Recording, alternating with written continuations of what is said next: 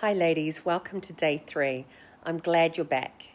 Before we start though, I'd love to know, how did you go with yesterday's exercise? Did anything land for you around identity? It's quite a powerful one, isn't it? You can share if you feel like you would like to, just down below. And if you missed day 1 or day 2, go back because this really builds on itself. It's the way it's been designed. So day 1 was all about awareness. Day 2 was about identity. And today we're going to do something that underpins both of these. It's one of my favorite topics, and it's all about your energy. And this is something that I see all the time. You can be really on track early in the day, you're clear, you're focused, things are just flowing, you're doing all the things that you said you would do. You feel on fire. And then later on, everything just gets harder. Sometimes the wheels just fall off completely and you fall back into old habits, or you just don't have the same capacity. Does that resonate? I'm sure it must do with a number of you, because it's something that I see, and it's really important to understand something.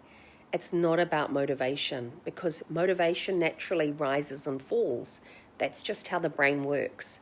What actually changes things is your energy. So let me explain what's actually happening from a brain perspective. Remember how I mentioned about your prefrontal cortex, the part of your brain responsible for decision-making, focus, and willpower? It's a limited resource, and it uses a lot of energy. Every decision you make throughout the day uses some of that energy. So by the time you get to the afternoon or evening, it's running on low or empty. And when that happens, your brain shifts into your limbic system. Have you guys heard limbic system before? It's basically the part of your brain where habits and patterns live. So you're not choosing differently in that moment. You're defaulting to your old patterns, what's already there, unless you've upgraded them. Does that make sense at all? I just want to check in before I go on. And this is where a lot of people realize it's not them. It's not a lack of discipline. It's not that you're unmotivated. It's just that your brain simply is tired. It's out of gas. The fuel tank is empty.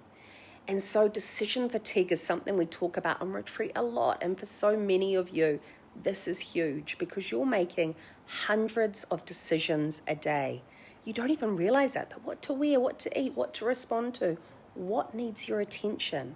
And each one takes energy. So by the time you need willpower the most, there's very little left or none. And that is why you can be good all day and then later on, you scroll instead of resting, you snack instead of eating intentionally, you don't follow through on what you plan. Or worse, you send that shitty email that you know you shouldn't have. And it's not because you don't care, but because your brain is so depleted.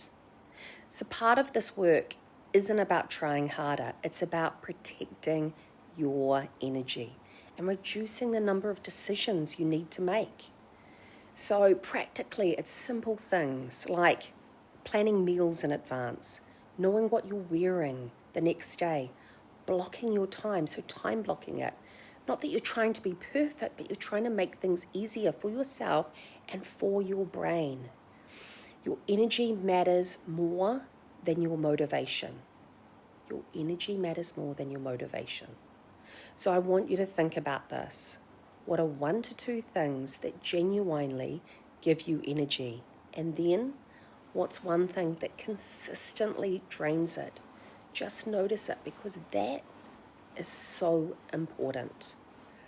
If you can open your workbook now, just thinking all of that through, I want you to write down what gives you energy, simply what takes it away, and then choose one small thing that you're going to do tomorrow that restores your energy, that helps fill up that tank.